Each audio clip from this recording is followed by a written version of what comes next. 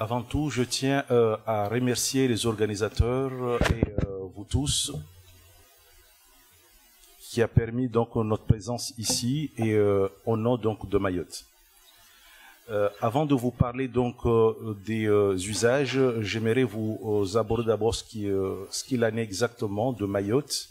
puis donc de services d'addictologie, et puis enfin donc de parler donc d'état des lieux. Sachant que je suis limité dans le temps, donc je vais essayer d'être circonscrit par rapport donc au temps donné. Donc pour ce qu'il en est donc de Mayotte, cette île de l'océan Indien au niveau du canal de Mozambique, qui forme avec l'Union des Comores l'archipel des Comores, est devenu depuis juin 2011 le dernier département en date avec 221 600 000 habitants, avec une densité de environ 556 habitants au kilomètre carré, donc la plus forte sans doute des départements d'outre-mer. Cette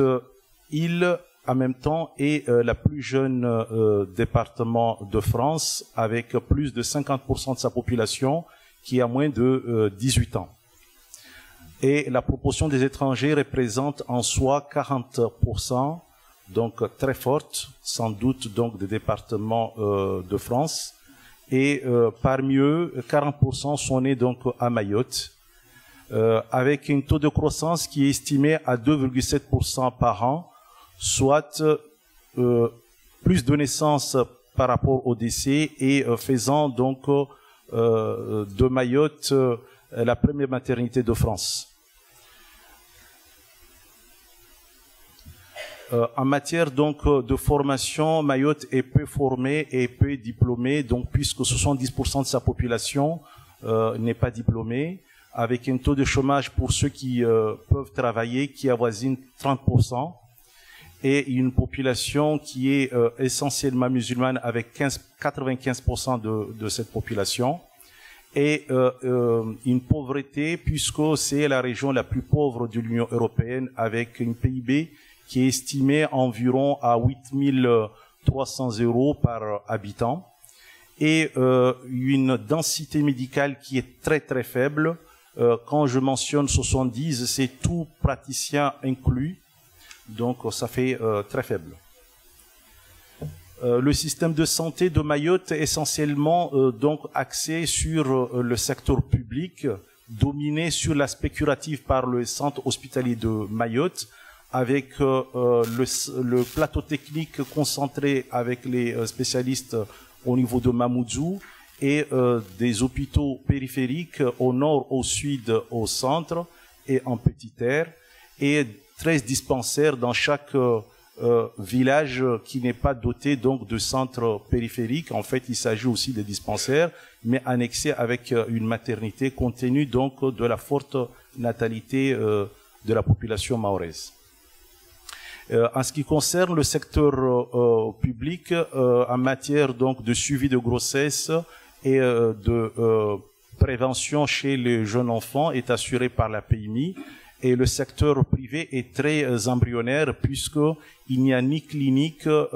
et très peu de spécialistes donc installés donc en ville, et essentiellement donc des médecins généralistes et surtout dans les grandes villes. Et en ce qui concerne donc les structures de prise en charge, comme on va le voir, il n'y a que notre petite unité qu'on va développer. En ce qui concerne donc de la prise en charge donc des addictions, comme je venais de le dire tout à l'heure, il y a une seule unité qui est donc dédiée à la prise en charge donc des addictions, et on a d'autres structures aussi bien en matière curative donc que le reste des patients peuvent aller soit en libéral ou peuvent être reçus donc dans les dispensaires ou dans les urgences ou en psychiatrie. Et en ce qui concerne l'aspect préventif, ça peut être des maisons d'adolescents, ça peut être donc l'IREPS, Femmes Maïcha, en fait d'autres structures associatives où je dirais plus dans cas par cas, mais pas très développé jusqu'à ces derniers temps. Si on a l'occasion, on va développer. En ce qui concerne donc l'unité d'addictologie, a été mise en place récemment au même titre que le département de Mayotte, mais un tout petit peu avant, en mars 2011, est composé d'une équipe pluridisciplinaire, essentiellement donc un médecin à mi-temps, moi-même, donc pour toute la population de Mayotte, je vous laisse un peu imaginer. Vous avez 2 psychologues à mi-temps chacun, donc le reste du temps, ça se passe au niveau donc de notre pôle, mais pas dédié donc à la dictologie, dont l'un à visée comportementaliste, l'autre à visée psychanalyste, et une infirmière diplômée d'État qui est en fait le cœur du dispositif donc de cette équipe. Et enfin donc une instance sociale qui est rattachée au pôle où l'unité existe, à savoir le pôle santé publique. Notre mission est double, essentiellement curative et préventive. En ce qui concerne l'aspect curatif, il s'agit donc d'accueil, d'entretien, des consultations et des suivis des personnes souffrant donc des addictions ou bien souffrant donc des produits, bien sûr, ou plusieurs produits, mais également de comportements addictifs, mais également à leur famille pour des consultations de soutien. En ce qui concerne l'aspect préventif, est axé sur 3 volets, en direction d'abord de notre public qu'on accueille à travers des groupes d'information par rapport aux produits, en particulier en ce qui concerne le tabac, pour gagner un peu plus de temps, parce que ça nous permet donc d'inciter d'abord les patients avant de les prendre en charge de façon individuelle.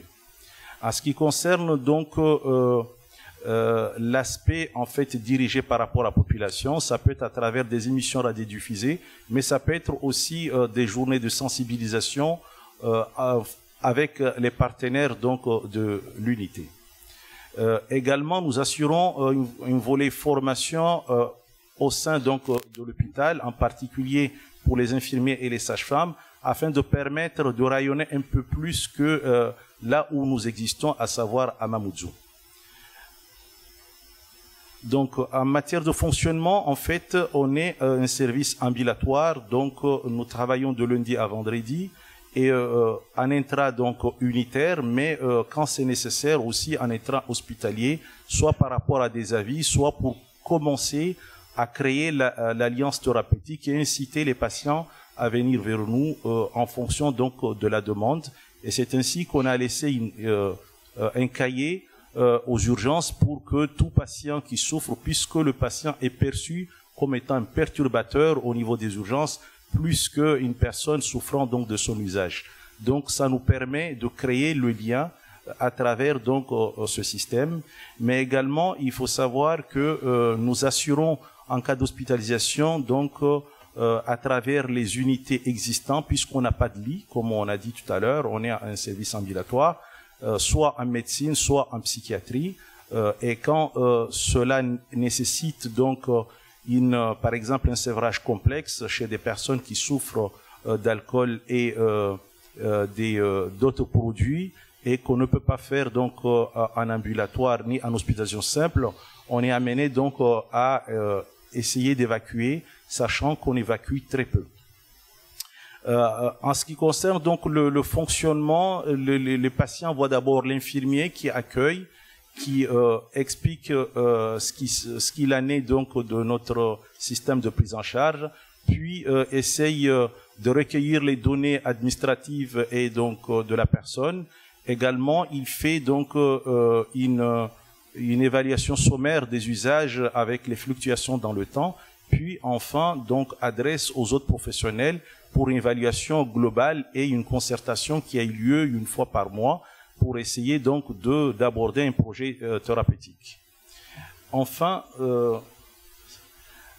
en matière donc d'exposition par rapport aux produits, il faut savoir que nous avons que 4 produits essentiellement. D'abord le tabac, qui est essentiellement importé, puisque 98% du tabac donc que nous avons donc à l'exposition donc de la population est importé. Ce qui n'existait pas il y a environ quelques années, puisqu'avant les années 80, la production était plutôt locale avec du tabac achiqué, que vous voyez donc dans le diapo, qui a complètement disparu en faveur donc plutôt de la cigarette qui domine donc en matière donc de tabac. Et c'est les deux sexes qui sont confrontés, tout âge confondu, et c'est probablement le premier produit psychoactif qui est utilisé sur l'île, sachant que Mayotte, hélas, n'a jamais bénéficié donc d'études de statistiques pour pouvoir donc vous exposer, comme vous avez vu tout à l'heure, les diapos donc de l'OFDT où on n'existait pas du tout. En ce qui concerne l'alcool, il s'agit essentiellement d'alcool importé et essentiellement de la bière, avec un usage donc double chez les jeunes, souvent sous forme de binge drinking, avec un usage dans le cadre du voulé. Il s'agit d'un pique-nique qui est fait entre jeunes garçons, en général le week-end, où les jeunes, l'objectif c'est de faire donc en sorte de s'alcooliser jusqu'à être ivre, mais pas pour le plaisir. En ce qui concerne donc le cannabis, il s'agit essentiellement donc d'une cannabis qui entre par voie clandestine à travers les boutres qui amènent donc les clandestins, qu'on appelle les kwasa-kwasa, et ça rentre donc actuellement donc en réduction depuis l'avènement du nouveau produit qu'on appelle ici la chimique. Il s'agit d'un nouveau produit de synthèse qui depuis 2011 a pris place. Depuis le développement donc de la technologie avec l'arrivée d'Internet et le développement de la bancarisation donc de Mayotte à travers les cartes bancaires où on commande le produit et qui viennent par voie tout à fait normale, postale, ou bien par l'arrivée donc des personnes à Mayotte. Et depuis l'arrivée, ce produit a détrôné, et cela se voit aussi dans nos consultations, puisqu'il prend la 3e place à la place donc du cannabis. Et c'est un produit qui est plus dangereux que le cannabis et qui, en 2015, a créé une épidémie et une conscientisation donc de la société qui a fait que, pour la première fois, le Mildeka à Mayotte a pris vraiment tout son poids et a été donc activé. Les autres produits, en fait, il s'agit essentiellement de personnes qui avaient commencé donc l'usage et qui étaient déjà en début de sevrage ailleurs et qui sont venus, je parle de l'héroïne ou bien...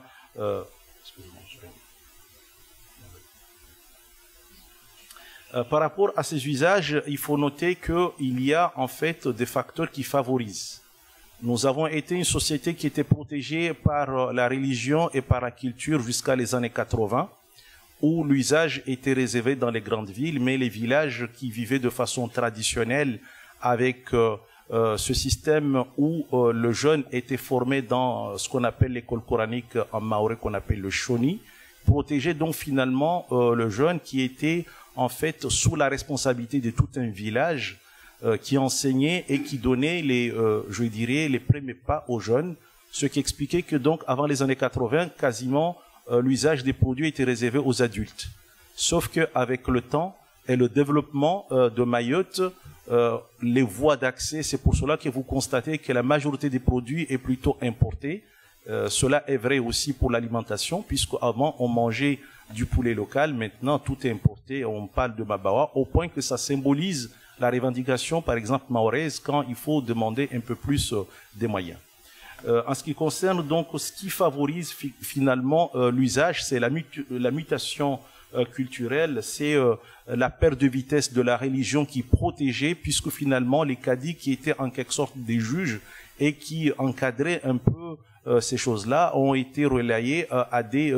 simples médiateurs sociaux. Mais également, nous avons aussi l'absence de structures d'insertion, puisque je vous ai dit que la majorité de la population est jeune, mais il n'y a rien à part le sport qui essaie un peu de pallier donc à ce vide donc de structures d'insertion et de loisirs, mais également le fait qu'il y a beaucoup de renvois des parents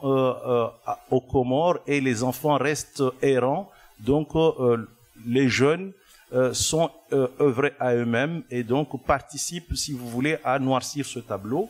Et en ce qui concerne les produits, l'accessibilité fait qu'aujourd'hui, avant c'était le supermarché dans les grandes villes, maintenant, je dirais, le capitalisme sauvage va jusqu'au niveau tout près des villages où ça n'existait pas. Et le produit est vendu par n'importe qui, sans le respect donc de la loi, et à n'importe quel endroit, même tout